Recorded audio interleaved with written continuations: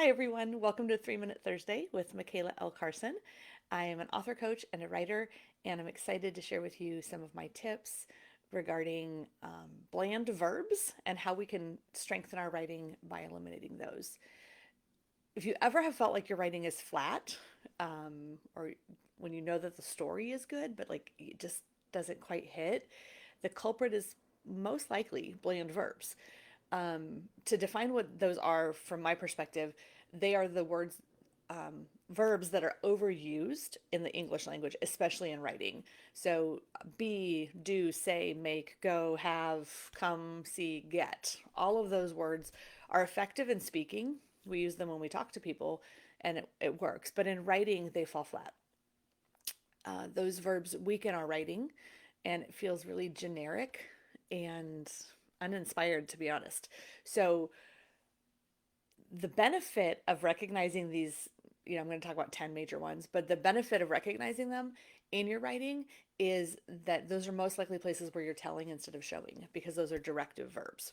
So, by switching them out, replacing them with stronger verbs, you're energizing your writing, you're making it more vivid for your readers, and I'm already running behind on time, so I'm going to speed up. Okay, how to strengthen your writing. The first thing is be more specific. For example, she was happy, was is in there, happy is another. So she radiated joy. Her face lit up with happiness. Those are examples of, where was doesn't work. So look for ways to describe how emotions or actions unfold. The second thing is you want to eliminate unnecessary helping verbs. An example of that is I have finished my work. Have is a helping verb. You can just say I finished my work. The way to find those, the tip for finding those in your writing is to look for two verbs that go together. And then you can see if you can remove the first one.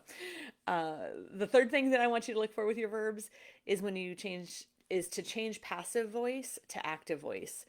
You'll get that a lot from editors. If you're not familiar with it, do a Google search. There's a million articles. I can share a couple in the comments too. But instead of the book was read by him, you say he read the book. It's much more direct, gets rid of a lot of filler spaces.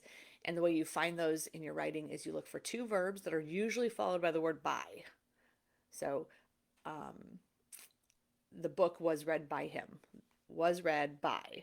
Whereas when you say he read the book, you lose that. The fourth thing I want you to look for is, or to do, is use strong action verbs. So you're going to replace these weaker verbs with stronger verbs. He took a walk. He strolled through the park. He marched down the street. Those second sentences give you a lot more. Yeah, that's my time. Okay. The second sentences give you a lot more impact.